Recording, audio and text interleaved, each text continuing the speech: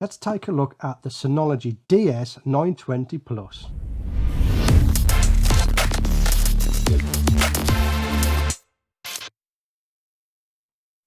Now let me take you back to last year when we started doing Macro Monday. We initially did 6 episodes just to see what the response was like, and the response was positive, and that was great. So then I thought, for this year we're going to do an entire series of 12 episodes. We're going to film it back to back, and I'm going to store it onto this thing here. Raw footage onto there, external drive, perfectly okay, will be great. And a week before we started, my external drive just died. So I had to use my 6TB drive as the backup. We lost the 4TB, which is this one, and I had nowhere to put the footage. So when it came to filming Macro Monday, I was a bit stuck because there's no way can I film 12 episodes plus all the B-roll and everything and store it on my scratch drive. It ain't gonna happen. So I sent off an email to Synology. Why am I slow in this piece of shit? So I sent an email off to Synology, explained the situation. They got me onto a Zoom meeting and they agreed that they wanted to support the project. So they sent over this bad boy here. This is the Synology DS920 Plus. In the DS920 Plus, we have an Intel Celeron J4125 4-core processor with 4GB of DDR4 memory. This is expandable to 8GB. The compatible drive types are 4x 3.5 inch or 2.5 inch SATA drives. We also have 2x NVMe drives supported. We have 2 USB 3 external ports, 1 external SATA port for connecting up an additional box if you want to expand the amount of hard drive space you have, and we have 2 gigabit LAN ports. This NAS box supports Wake on LAN and Wake on WAN. We have scheduled power for on and off. The size of this box comes in at 166mm by 199mm by 223mm and weighs 2.24 kilograms. For the full specs of the DS920 Plus, check out the link in the description. Now, Synology only sent over the box, so I was still a little bit stuck. I needed some hard drives. I want to give a shout out to Overclockers UK. I sent them an email to my contact there who dealt with fixing the PC behind me. He then sent off that email to Western Digital, and they came through with 4 8TB Western Digital Red Pro hard drives, as well as 2 Western Digital NVMe drives to go into this bad boy to expand it. So in the box we have our power cord. We have 2 network cables. So this bay does support 2 network ports to increase the bandwidth if there's multi-users. However, one single user will only ever use one of the ports, so I won't be doing that because it's no point. I'm only a single user, so I'll just be using the one. We have keys for locking the hard drive bays so that no one can get the actual hard drives out, as well as the power brick. And we have a quick installation guide that reads like an IKEA manual. So the first thing I want to do is to get the NVMe drives installed into this unit. So if we turn it over, you can see we have quick access ports here. We'll flip that open, and that is where our NVMe drives will go into. Now this is a Western Digital Red SN700, kindly supplied by Western Digital. It's a 500GB NVMe drive, and we have 2 of these to go in. All we do is we just slot it in, push down, and it's a toolless installation. I absolutely love toolless installations. It makes things so much easier. Okay, to get these out, all we got to do is just lift and pull. Very easy to do. And again, it's another toolless installation. If we pull this tab here, that then comes off. So I have my Western Digital 8TB Red Pro hard drive, again supplied by Western Digital. There's links in the description for Western Digital and Synology if you want to take a look at these items I'm using. Put the hard drive in, and then all we got to do is just push these clips back in. That is so easy and so well thought out that it's just so easy. Makes for a change into screwing stuff in. Plop that back in there and close it. And that is it. That is the hard drive installed. Now if you're using SSDs, they do supply you with the screws. You do have to screw them in if it's an SSD. However, most of the time you'll be using large capacity hard drives. So that is the Synology installed. Very easy to do. Anybody can do it, to be honest with you. I'm going to fire this over to the back now. We're going to get it set up on my computer and get it ready. So to get this box set up, you need to go to findsynology.com. This will scan your local network for any Synology NAS boxes. So once it's scanned for your device, it will find it. It will show you the information for your NAS box, including the server name, IP addresses, serial numbers, and of course you can change the IP addresses later on in the settings if you wish to. I won't be doing that in this setup. I'm just going to do a basic setup. You have to agree to their end user agreement license and privacy statements. And now we need to install the software for the NAS. So this is the DiskStation Manager. We're going to select automatically download the latest software and click next. This will warn us that all the data will be erased on the drives in 1, 2, 3 and 4 bays. This is okay, I understand that. We'll click continue. And now it will start installing DiskStation Manager.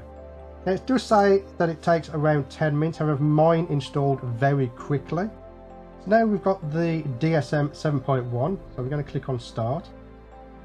And this is where we set up our device name, the administrator account, passwords. I'm going to keep it selected on automatically install important DSM and package updates. On this part we can create a Synology account. You don't have to, but I went ahead and did this just to check it out. And we can also set up our access Synology from anywhere. Just put in a username and click submit. This is where we can select around the clock monitoring and the configuration of the backup. Again, you don't have to if you don't want to. I just selected it because again I am doing a review on this NAS box.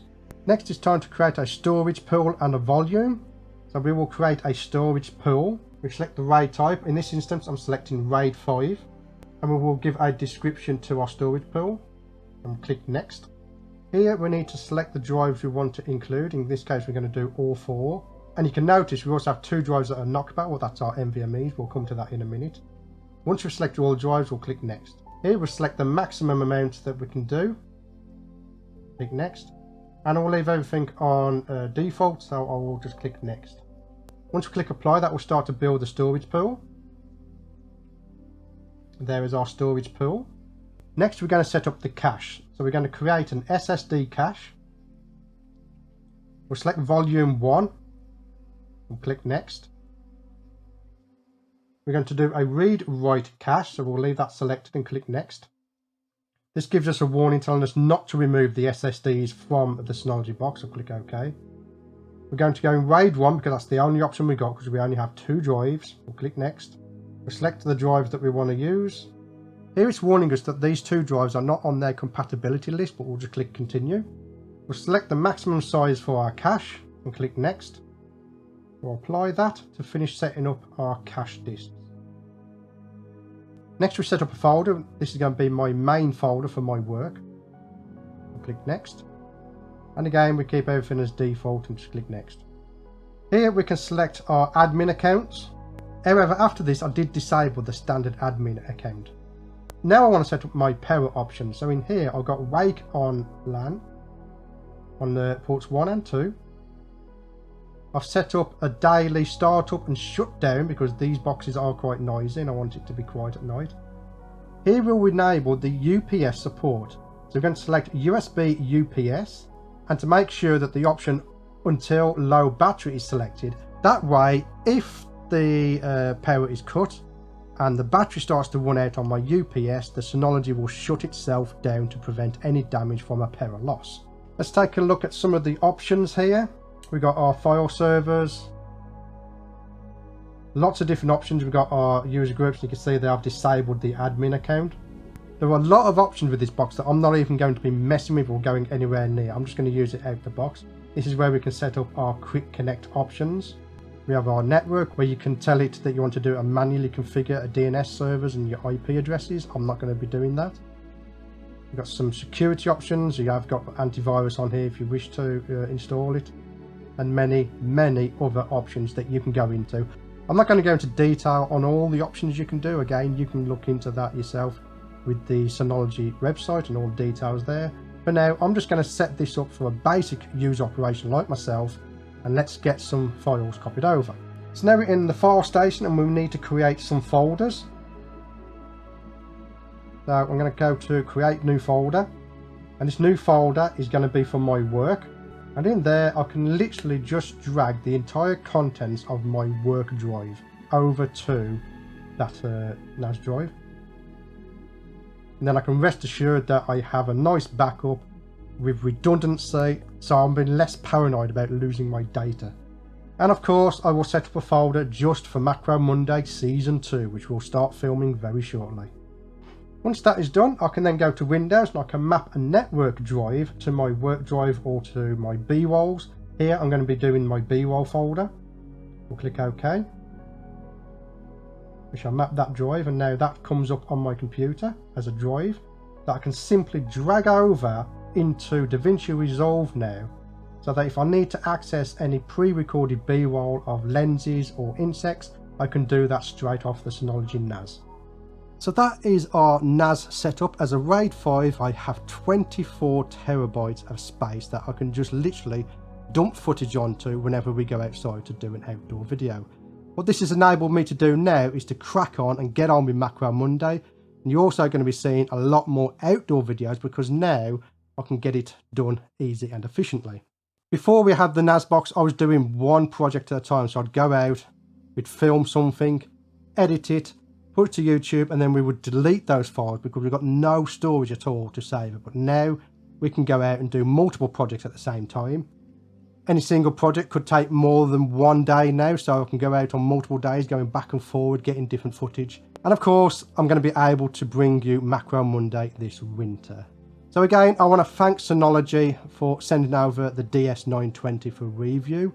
I want to thank them for sponsoring Macro Monday, and as well I want to thank Western Digital for sponsoring Macro Monday, and of course Overclockers for putting me in contact with Western Digital.